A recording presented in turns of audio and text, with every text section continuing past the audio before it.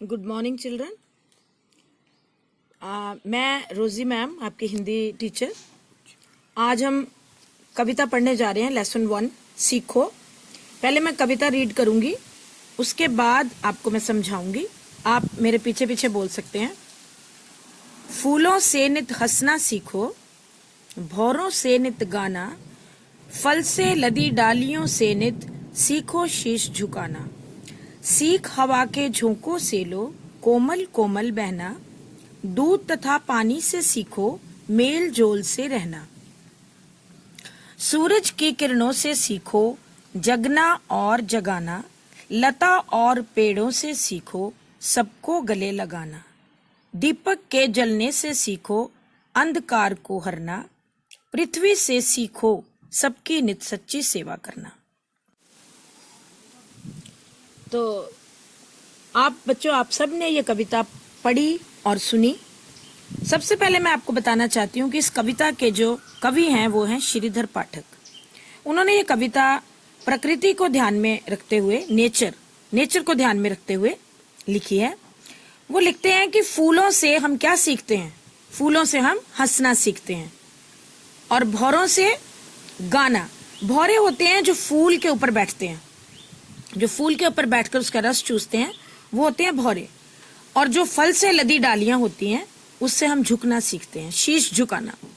जब खाली पेड़ होता है तो वो झुकता नहीं, वो सीधा खड़ा रहता है, लेकिन जब उसके ऊपर फल लग जाता है तो उसकी डालियां जो होती वो झुक जाती हैं। इसी तरह हमने भी फल से लदी डालियों से ये सीखना है कि हमने बड़ों को किस तरह से शीश झुकाना है। और हवा के जो झोंके होते हैं उससे हमने कोमल कोमल बहना सीखना। कोमल का मतलब होता नाजुक, नरम। उससे हमने कोमल कोमल बहना सीखना। और दूध तथा पानी से, दूध और पानी से हम क्या सीखते हैं? मेल जोल में रहना। आपको पता है बच्चों, जब हम पानी के बीच में दूध डाल देते हैं, जितने मर्जी पानी के बीच में दूध डालें, उसका रंग जो है व्हाइट हो जाता है, सफेद हो जाता है। इसका मतलब है कि पानी और दूध अच्छी तरह से मिलकर रहना चाहते हैं। इसी तरह हमें भी आपस में लड़ाई झगड़े से नहीं, बल्कि मेल जोल से रहना चाहिए। और इसके आगे है सूरज की किरणों से। सूरज की किरणों से हम क्या सीखते हैं? जगना और जगाना। जब सूरज निकलता है तो हमें पता चलता है कि रात खत्म हो गई है और सुबह निकल गई, सुबह हो गई है। और सुबह हम क्या करते हैं? सुबह हम जागते हैं।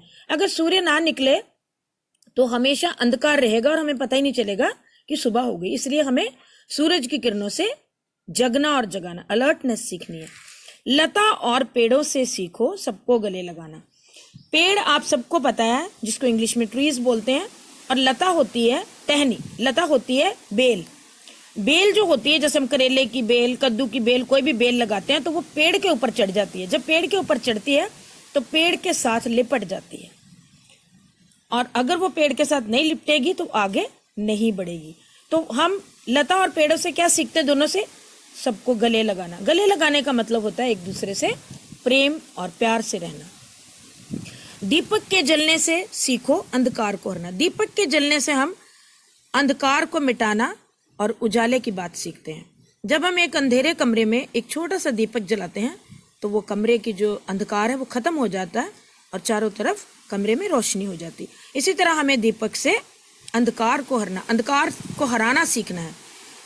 और आजकल जैसे बेटा कोरोना वायरस चल रही है, अगर हम इस कविता को पढ़ें तो हम इस कविता में से बहुत कुछ सीख सकते हैं कि अगर हम इन चीज़ों के बारे में सोचें, नेचर के बारे में, तो हम कोरोना वायरस से बिल्कुल भी घबराएंगे नहीं, लेकिन बल्कि उससे लड़ना सीख जाएंगे। और आखिर में जो लाइन है, लास्ट लाइन, पृथ्वी से सीखो सबकी नित सच्ची सेवा करना। सबसे सच्ची सेवा कौन करता है नेचर में? पृथ्वी। पृथ्वी जो है, हम इसके ऊपर चलते हैं, हमारा पूरा बोझ पृथ्वी के ऊपर होता है, लेकिन पृथ्वी कभी नहीं कहती कि मेरे ऊपर चलो ना, मेरे ऊपर बोझ ना डालो। और दूसरी बात, सबसे जो अहम बात है, जो भी कुछ हम खाते हैं, फल खाते हैं, सब्जियां खाते हैं, अनाज खाते हैं, चावल खाते हैं, ये सब कहाँ से आता है? पृथ्वी से। जब हम पृथ्वी के अंदर बीज बोते हैं तो वो जो बीज है वो पनप कर पृथ्वी के ऊपर आ जाता है, जिससे कि हमें खाने के लिए फल और सब्जियां सब कुछ मिलता है, अनाज मिलता है। तो ये सब हम किससे सीखते हैं? पृथ्वी से। क्या सीखते हैं? सच्ची सेवा करना। तो इस कहानी से हमें मेन जो संदेश मिलता है, जिसको हम इंग्लिश में मॉरल बोलते हैं, वो है प्रकृति हमारी सबसे अच्छी शिक्षक है। टीचर आपको पढ़ाते हैं, वो आपके शिक्षक होते हैं, लेकिन सबसे अच्छी जो टीचर है वो है प्रकृति। प्रकृति जो है नेचर, नेचर से हम बहुत कुछ सीखते हैं। तो बेटा आपको ये सारी पोएम जो है, कविता जो है, मुझे विश्वास है कि आपको पूरी तरह से समझ में आ गई होगी। तो इसके बाद हम पेज नंबर 11 पे आएंगे, जिसमें इसके कठिन शब्द हैं और उसके उत्तर लिखे हुए हैं, शब्द अर्थ। सबसे पहले जो शब्द है वो है नित। नित का मतलब होता है हमेशा। नित का मतलब होता है हमेशा। शीश, शीश का मतलब होता है सिर। शीश का मतलब होता है सिर। और उसके बाद है तीसरा डाली। डाली होती है टहनी, पेड़ की टहनी या शाखा। डाली होती है टहनी या शाखा। इसके बाद है नंबर 4 पे अंधकार। अंधकार का मतलब होता है अंधेरा। अंधकार का मतलब होता है अंधेरा। और पृथ्वी का मतलब होता है धरती, जिसको हम धरा भी कहते हैं। पृथ्वी होती है धरती। कोमल का मतलब होता है नरम, जिसको इंग्लिश में हम सॉफ्ट भी बोलते हैं। कोमल होता है नरम। हरना, हरना का मतलब होता है, नंबर 7 पे हरना आएगा। इसका मतलब है मिटाना, किसी चीज को खत्म करना, मिटाना। हरना का मतलब है मिटाना। और मेल जोल का मतलब है मिलकर। मेल जोल का मतलब है मिलकर रहना। और सेवा का मतलब है खिदमत, किसी की सेवा करना, जैसे हम अपने बड़ों की सेवा करते हैं, उसका मतलब होता है खिदमत। तो ये जो शब्द अर्थ है आपने अपनी कॉपी पर लिखने हैं और इसको याद करके अपनी मम्मा को टेस्ट देना इसका। और इसके बाद हम आएंगे नीचे, मौखिक क्वेश्चन है। सबसे पहला क्वेश्चन है हमारा, लता और पेड़ों से हमें क्या सीखना चाहिए। लता और पेड़ों से हमें क्या सीखना चाहिए? सबको गले लगाना। लता और पेड़ों से क्या सीखना चाहिए? इसका आंसर है सबको गले लगाना। उसके बाद ख भाग है, कोमल कोमल बहना। हमें किससे सीखना चाहिए? कोमल कोमल बहना हमें किससे सीखना चाहिए? ये हमें हवा से सीखना चाहिए। इसका आंसर है हवा से। इसके बाद ग भाग, क्वेश्चन नंबर 3, दीपक के जलने से क्या होता है? दीपक के जलने से क्या होता है? दीपक के जलने से अंधेरा दूर होता है। इसका आंसर है अंधेरा दूर होता है। इसके बाद हम पेज नंबर 12 पे आएंगे। सब बच्चे 12 पेज निकालो। इसमें दिए गए प्रश्नों के उत्तर हैं, उस पर हमने सही निशान लगाना है। 3 ऑप्शन है, 2 गलत हैं और 1 सही है। नंबर 1 है, हमें भौरों से क्या सीखना चाहिए? हंसना, गाना या झुकना। इसका आंसर है गाना। इसका आंसर है गाना। गाना को आप टिक कर लो। ख भाग है, मेल जोल से रहना हमें कौन सिखाता है? मेल जोल से रहना हमें कौन सिखाता है? दूध और पानी, लता और पेड़, सूरज और चांद। इसका उत्तर है दूध और पानी। आप दूध और पानी को टिक लगा लो। उसके बाद आते हैं हमारे लिखित क्वेश्चन आंसर्स। पहला क्वेश्चन है, आप अपनी कॉपी लेकर उस पे ये लिखना। अभी आप अपनी बुक पे लिखो, उसके बाद आपने अपनी हिंदी कॉपी लेकर उसमें सारे क्वेश्चन लिख के उसके बाद उनके आंसर इसी तरह से लिखने हैं। तो हमारा पहला प्रश्न है, पहला क्वेश्चन है, सूरज की किरणों से हम क्या सीखते हैं? पहला क्वेश्चन है, सूरज की किरणों से हम क्या सीखते हैं? इसका उत्तर है जगना और जगाना। इसका उत्तर है जगना और जगाना। ख भाग है जो हमारा क्वेश्चन नंबर 2, कवि पृथ्वी से क्या सीखने की बात कर रहे हैं? क्वेश्चन नंबर 2 है जो कि ख भाग है, कवि पृथ्वी से क्या सीखने की बात कर रहे हैं? सच्ची सेवा करना। इसका उत्तर है सच्ची सेवा करना। उसके बाद पाठ से आगे एक क्वेश्चन है, उसका भी हम आंसर पढ़ेंगे। कविता में आई सभी चीजों से सीख लेकर हम कैसे बन जाएंगे? हमारा क्वेश्चन है, कविता में आई सभी चीजों से सीख लेकर हम कैसे बन जाएंगे? इसका उत्तर आपने लिखना बच्चों, अच्छे नागरिक। इसका एक ही आंसर है और वो है अच्छे नागरिक।